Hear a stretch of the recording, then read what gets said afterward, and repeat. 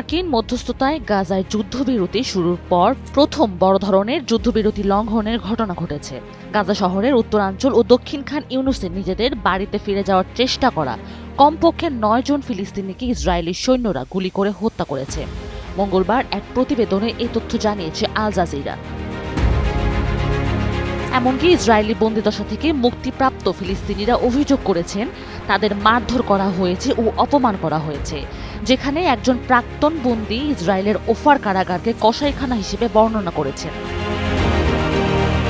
বন্দি বিনিময়ের অংশ হিসেবে ইসরায়েল প্রায় 2000 ফিলিস্তিনি বন্দী ও আটক ব্যক্তিকে মুক্তি দিয়েছে, তবে প্রায় 154 জনকে মিশরে নির্বাসিত করা হয়েছে। অন্যদিকে হামাস গাজায় আটক 20 জন জীবিত ইসরায়েলি বন্দীকে মুক্তি দিয়েছে, আরও 4 জনের মৃতদেহ হস্তান্তর করেছে। মন্ত্রণালয় আরও জানায় এই নিহতদের মধ্যে 38 জনের দেহাবশেষ ধ্বংসস্তূপের নিচ থেকে উদ্ধার করা হয়েছে।